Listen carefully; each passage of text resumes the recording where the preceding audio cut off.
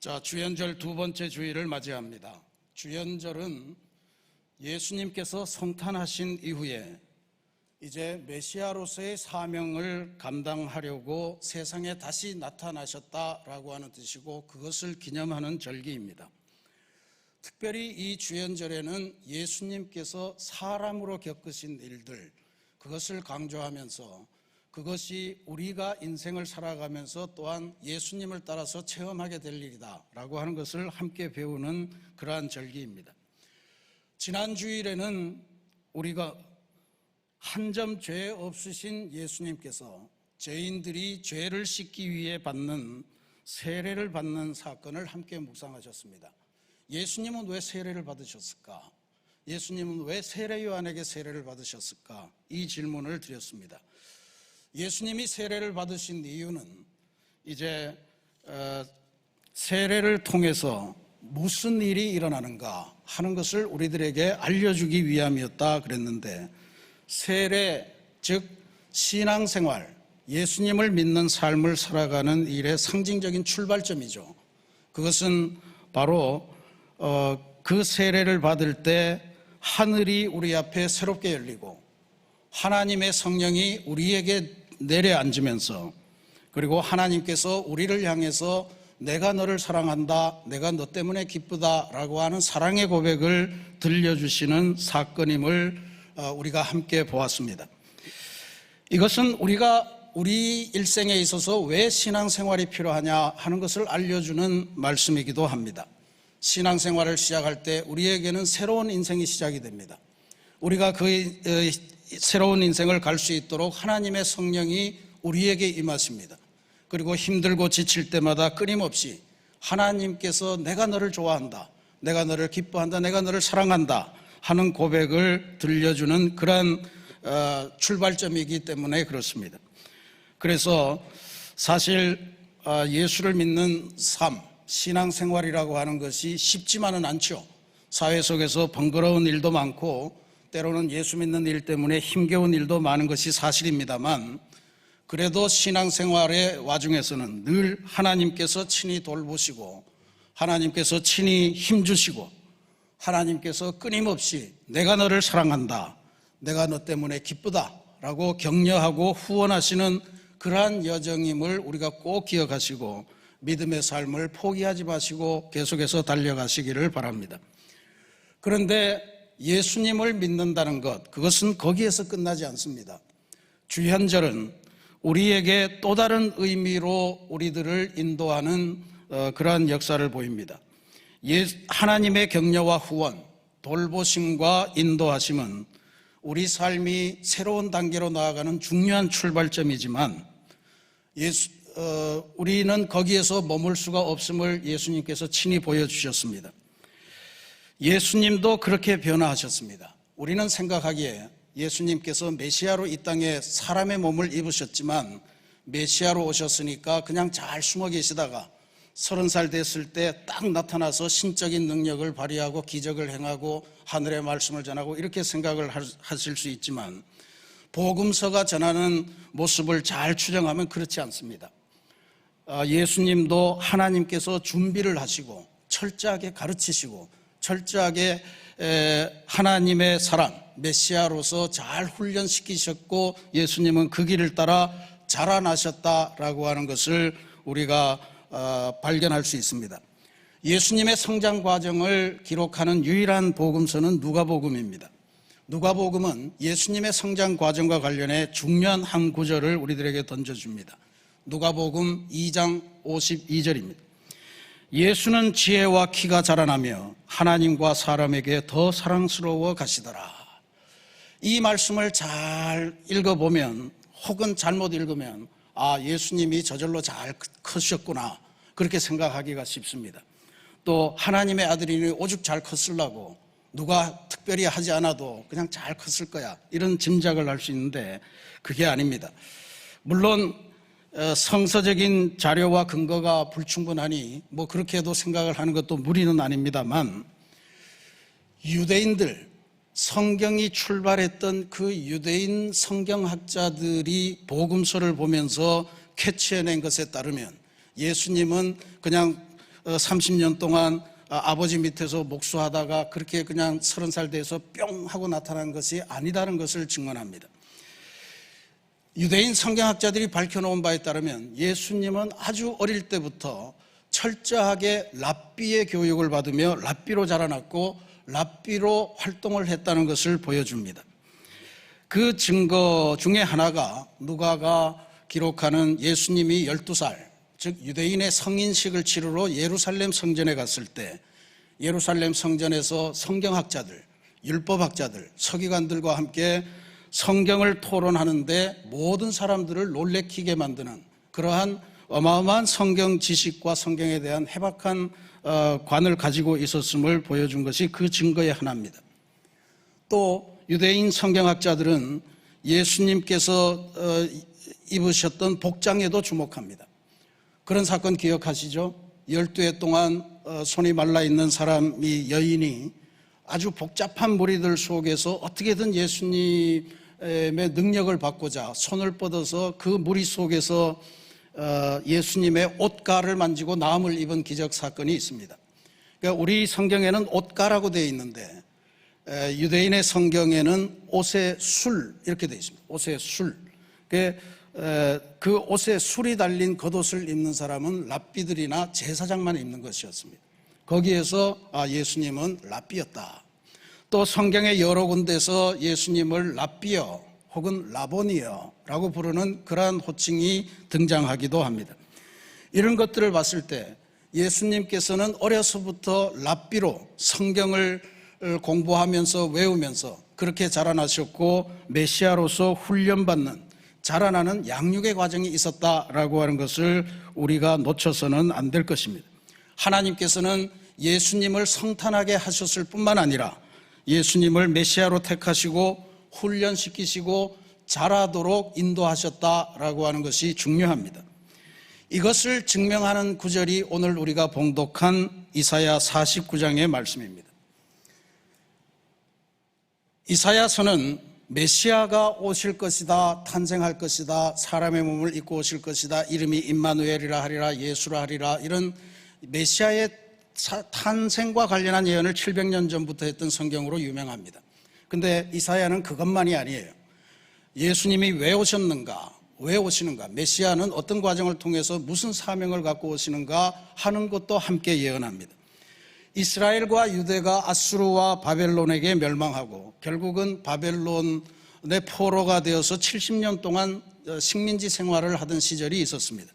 이스라엘 백성들은 이제 하나님이 우리를 버리셨구나, 이제 우리에게는 희망이 없구나, 나라도 사라지고 율법도 사라지고 성전도 사라지고 다 끝났구나 절망하고 있을 때 아니다, 이거는 끝이 아니고 하나님이 주시는 징계이고 우리가 회개하면 하나님이 새하늘 새 땅을 준비하고 계시다라고 하는 것을 깊이 성찰하며 포로 현장에서 절망하고 살아가던 백성들에게 하나님의 말씀을 선포하던 예언자가 있었습니다. 그 예언자를 우리는 제2 이사야라고 부릅니다. 제2 이사야는 이사야서의 40장부터 55장까지를 저술한 것으로 성경학자들은 이야기합니다. 근데 제2 이사야에서 우리가 제일 기억해야 될 거는요, 제2 이사야는 오시는 메시아의 사명을 알려주는 그 예언을 했어요. 그거를 고난받는 종의 노래라고 하는 걸로 그 형식으로 발표를 했습니다. 40장부터 55장 사이에 무려 4편에 달하는 고난받는 종의 노래가 있습니다. 첫 번째 고난받는 종의 노래는 우리가 잘 아는 겁니다. 이사야서 42장에 나오는 상한 갈 때도 꺾지 않으시고 꺼져가는 촛불도 끄지 않으시는 연약한 인생을 돌보시고 구원하시는 메시아입니다. 그리고 오늘 우리가 봉독한 이 말씀은 두 번째 노래입니다. 두 번째 노래는 본격적으로 하나님이 메시아를 어떻게 준비하고 또 하나님이 메시아를 어떻게 훈련시키셨는가, 그의 사명은 무엇인가 하는 것을 본격적으로 다룹니다. 이후에 50장 그리고 53장 가면서 계속해서 메시아가 십자가를 질 것이다 라고 하는 그 예언까지 하고 있는 모습을 발견합니다.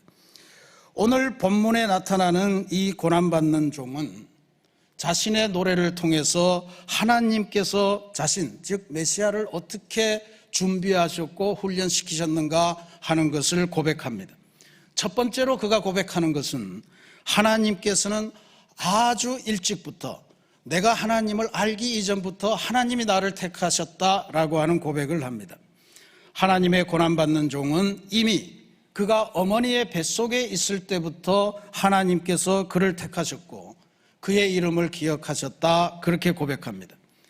구약에 이런 존재들이 많습니다. 삼손도 그랬고 또 사무엘도 그랬고 예레미야도 그랬습니다. 어머니의 복 중에서 이미 택정함을 받았던 사람들입니다. 어머니의 태에서 택함을 받았다라고 하는 말은 종종 다른 구절에서는 창세 이전에 택함을 받았다라고 하는 말과 동등한 의미로 사용이 됩니다. 이 말은 시점이 얼마나 됐을까, 얼마 전일까 이런 걸 따지는 것보다 하나님께서 이스라엘을 위해 준비하시는 새 역사, 그거는 하나님의 일시적인 감정, 하나님의 일시적인 충동에 의해서 이스라엘이 너무 불쌍하니까 내가 새하늘 새 땅을 이렇게 만드는 것이 아니라는 이야기입니다. 하나님께서 만드시는 새 역사는 아주 오래전부터 기획되고 아주 오래전부터 계획되고 차근차근 준비되어 오는 그런 과정임을 우리들에게 보여주는 것입니다. 다만 늘 하나님은 새하늘 새 땅 새 역사를 준비하시는데 이스라엘 백성들이 이걸 잘 몰랐던 거예요. 아니면 수없이 말씀을 했는데도 잊어버렸던 거예요. 잊어버릴 뿐만 아니고 이 하나님이 새 역사를 시도하실 때마다 중간에 끼어들어서 죄악으로 우상 숭배로 이렇게 하나님의 역사를 망치는 그러한 역할을 도맡아 했었습니다. 그리고는 이제 바벨론 포로의 가정에서 지금 여기 4절 말씀에 뭐라 그럽니까? 분명히 하나님의 영광을 나타낼 이스라엘을 하나님이 말씀하시는데 나는 말하기를 내가 헛되이 수고하였으며 무익하게 공연히 내 힘을 다하였도다. 어떻게 우리가 바벨론 이 어마어마한 그 제국을 이기고 해방이 될 수 있겠느냐? 우리는 길이 없다. 이렇게 지금 절망하는 그러한 모습입니다. 어쨌든 하나님이 일찍부터 준비하시고 예비하시고 훈련시키시는 그러한 존재로 나는 태어났다 하는 것이 메시아를 예언한 선지자의 고백입니다. 두 번째는 이스라엘 백성의 이러한 타락, 불신앙, 이것에도 불구하고 하나님께서는 불신앙과 좌절과 배신으로 일관하는 이스라엘을 구원하시기 위해 이스라엘 백성들을 하나님의 도구로 만드시면서 한 걸음 한 걸음 변화시켜 오셨다고 하는 사실입니다. 2절 말씀에 하나님께서 어떻게 하나님의 종을 준비시키시는가 하는 것이 상세히 나옵니다. 내 입을 날카로운 칼같이 만드시고 그의 손 그늘에 숨기시며 나를 갈고 닦은 화살로 만드사 그의 화살통에 감추시고 그랬습니다. 내 입을 날카로운 칼같이 그리고 나를 갈고 닦은 화살로 만드사 라고 하는 것은 정말로 하나님이 공들여서 새 역사를, 새로운 존재를 준비하시는 과정을 보여줍니다.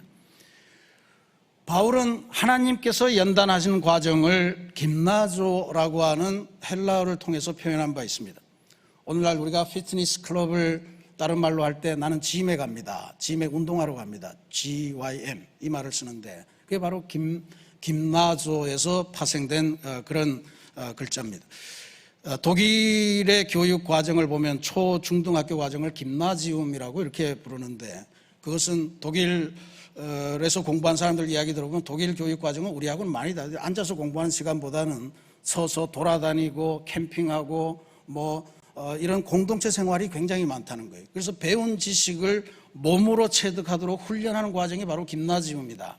이게 바울이 지금 김나지움, 원체 김나조라고 하는 건 육체의 단련을 의미하는 건데 영적인 단련까지도 의미하는 것은 바로 영적인 진리를 육신 안에 체화시켜라 라고 하는 것으로 디모데를 권면할 때 그 단어를 사용했습니다.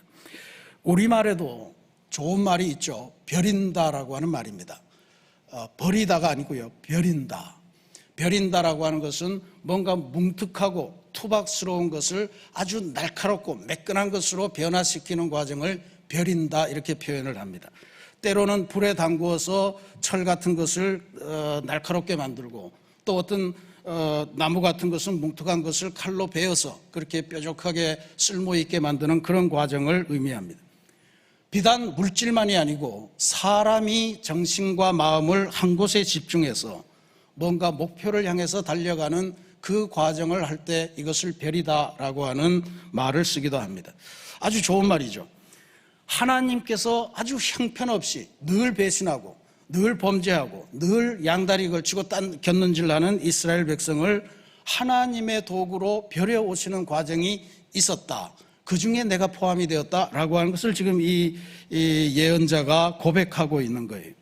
근데 칼같이 벼리셨다, 화살같이 벼리셨다라고 하는 과정은 그게 그냥 그렇게 만들어졌다 이런 것이 아니고 내 뭉툭한 존재가 내 살이 찢겨나가고 그리고 내 성격이 아주 고통을 당하면서 고쳐지고 그런 만들어지는 과정에 그 존재의 아픔이 있었다고 하는 것을 우리들에게 또한 알려줍니다. 그리고 하나님은 이걸 단순히 벼리시고 좋게 사용할 수 있는 존재로 만드셨을 뿐만 아니라 그 도구를 하나님의 손그늘과 하나님의 화살통에 감추시고 숨기셨다. 그렇게 지금 주장을 하고 있죠. 바로 그것은 하나님께서 결정적인 순간에 하나님의 목적을 위해 사용하시려고 고이 품어주시고 보호하시는 그러한 하나님의 사랑을 나타내는 표현으로 우리가 이해할 수 있을 겁니다. 그런데 우리가 여기서 하나 기억해야 될 것은 하나님은 왜 끊임없이 배신하고 반역하는 이스라엘을 이토록 일찌감치 택하시고 그의 이름을 기억하시고 또 그것에 그치지 않고 그를 하나님이 쓰시기에 좋은 도구로 무기로 벼리시는 과정까지를 감당하시는가라고 하는 겁니다. 이스라엘 백성은 자기네들이 선택받아서 하나님의 백성으로 구원받는 이 세상의 유일한 민족이다 라고 하는 것은 감사하면서 언제나 고백하고 그랬지만 왜 하나님이 그렇게 하시는지, 왜 우리를 택하셨는지를 이해하는 데는 실패했습니다. 그래서 늘 다른 민족들을 멸시하고 이스라엘 유대인들 외에 다른 사람들은 지옥에서 쓸 땔감이 필요해서 만드셨다, 이런 주장을 하면서 다른 민족들을 경멸하고 그랬습니다. 왜 하나님이 이스라엘 백성을 선택해서 구원에 이르게 하셨는가, 왜 이렇게 벼리시고 잘 준비하셨는가 하는 것에 대한 대답을 오늘 말씀에서 분명하게 우리가 알 수 있습니다. 그것은 바로 하나님께서 이스라엘 백성을 선택하고 구원으로 인도하시는 것은 이방의 빛으로 삼으시려는 것이다, 이방의 빛으로 삼으시려는 것이다 라고 하는 것을 분명히 선언하십니다. 장로교인들은 우리 기독교 대학 감리의 고백처럼 웨스트민스터 신앙 고백이라는 걸 갖고 있습니다. 그 제1조가 뭐냐 하면 인간은 왜 존재하는가 하는 질문이에요. 그 질문에 대해서 웨스트민스터 신앙 고백은 인간은 하나님의 영광을 드러내기 위해서 존재하고 산다, 이렇게 대답을 합니다. 이 고백은 오늘 우리 기독교인들이 신앙생활을 하면서 혼돈할 수 있는 것을 아주 잘 잡아줍니다. 많은 기독교인들이 예수를 왜 믿습니까? 왜 신앙생활 하십니까? 왜 기독교인이 되십니까? 물으면 구원을 얻기 위해서입니다, 이렇게 대답을 합니다. 틀린 대답은 아니나 100% 맞는 대답도 아닙니다. 이방의 빛이 되게 하려는 하나님의 뜻이 빠져있기 때문에 그렇습니다. 우리가 구원을 받는 것은, 하나님께서 우리에게 구원을 베푸시는 것은 우리가 구원을 받아서 그래, 너 내 이름, 내가 네 이름을 기억할게, 너 천국으로 입성, 이렇게 하기 위함이 아닙니다. 구원을 주신 것은 하나님의 구원이 얼마나 소중하고 그 구원을 하나님께서 창조하신 모든 백성이 누릴 수 있도록 빛을 비춰주는 존재가 되라 라고 하는 의미에서 이스라엘 백성을 선택하셨고 이스라엘 백성들에게 과제로 맡겨주셨던 거예요. 근데 이스라엘 백성들은 자신이 구원을 받은 거기서 딱 끝났어요. 이방의 빛이 되려는 노력을 한 번도 하지 않았습니다. 하나님께서는 우리들을 이방의 빛, 세상의 빛, 하나님의 구원을 비추는 그러한 삶을 살라고 우리들을 부르셨고 우리의 이름을 기억하셨고 우리들을 벼리셨고 우리에게 구원을 허락하셨던 것입니다. 우리를 하나님께서 불러주신 것은 바로 우리를 통해 하나님의 영광을 온 세상에 드러내시기 위함이라고 하는 것을 분명히 기억하셔야 됩니다. 부족한 나를 통해서도 하나님께서 영광을 드러내시려고 하시는구나. 만약에 부족한 내 인생임에도 불구하고 하나님의 영광을 누군가가 본다면 그것보다 아름다운 인생이 어디 있겠습니까?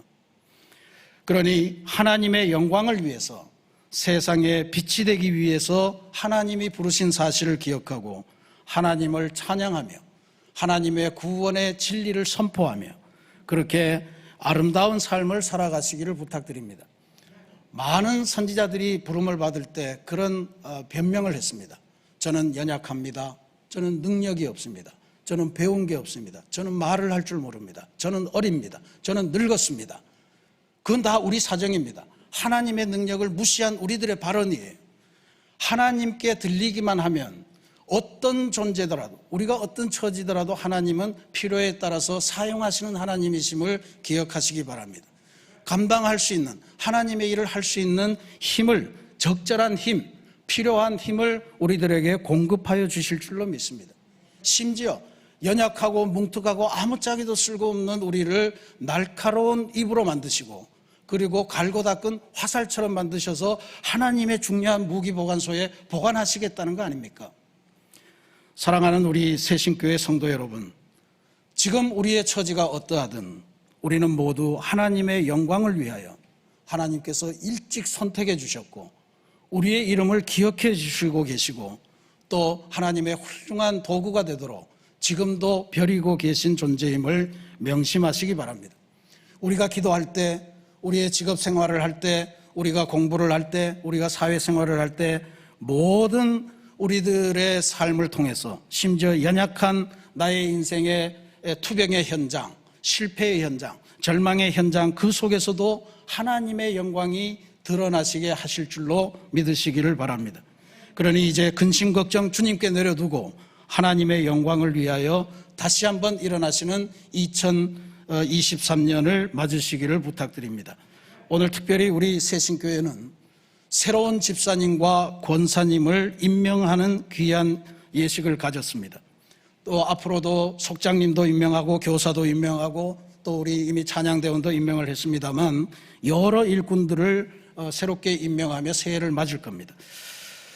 진정한 명실상부한 새신교회 주인들이 다 되시기를 바라고요. 이건 하나님이 선물로 주신 직분이니까 하나님의 영광을 드러내기 위해서 기쁨으로 감당하시기를 부탁을 드립니다. 당회와 임원의 구역회를 통해 새신교회를 위한 중요한 결정을 내리는 데 도움을 주시고, 또 교회의 다양한 실천과 선교 그리고 영적인 집회를 통해 하늘의 큰 비전을 만들어가면서 스스로를 하나님의 사람으로 변화시켜가는 그런 역사가 있기를 기도드립니다. 그래서 우리는 교회 창립 45주년을 맞이하면서 지난 3년 동안 코로나 때문에 하지 못했던 평신도 지도자 수련회를 개최하고자 합니다. 하나님께서 우리를 새로운 무기로 벼리시고 갈고 닦은 화살처럼 만드시기 위해서 기회를 주시는 거라 저는 그렇게 믿습니다. 지금까지는 10만 원씩 참가비도 받았는데 이번에는 그런 것도 없습니다. 그냥 와서 훈련을 받고 갈고 닦은 화살로 변화시키는 하나님의 은혜를 체험하자 해서 모두에게 참가비를 일체 받지 않고 그냥 진행하려고 합니다. 왜냐하면 여러분이 그럴 자격이 충분하고 교회는 그걸 위해서 존재해야 되기 때문에 그렇습니다.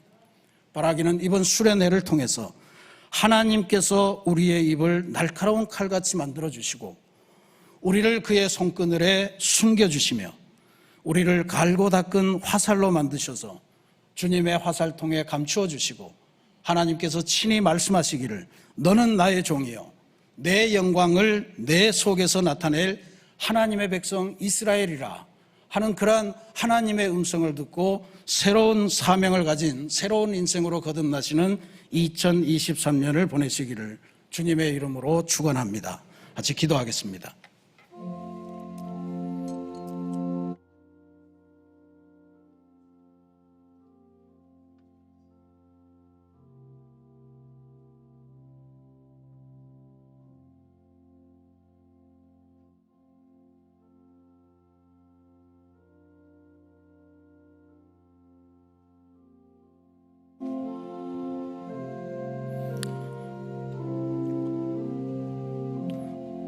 사랑의 하나님,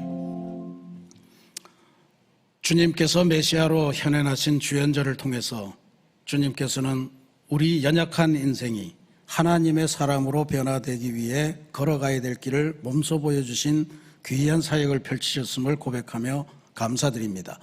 세례받으신 사건을 통해서 우리에게 새로운 인생, 새로운 하늘이 열리고 하나님의 성령이 임재하며 그리고 하나님께서 너를 사랑한다, 너를 기뻐하노라 하는 고백을 들려주시는 위대한 새로운 삶이 시작됨을 알려주셨고 오늘 고난받는 종의 노래를 통해서 하나님께서 우리를 택하셨을 때는 우리를 훌륭한 하나님의 무기로 갈고 닦은 화살로 변화시켜 주시는 그 훈련과 양육의 과정을 겪게 됨을 또한 알려주셨습니다. 힘들고 어렵고 살을 깎는 아픔이 있어도 하나님의 사람으로 변화되어서 하나님의 나라를 확장하는 귀한 일꾼으로 변화되고 쓰임받는 그 역사를 생각하며 기쁨으로 이 사명을 감당하도록 주님 인도하여 주옵소서.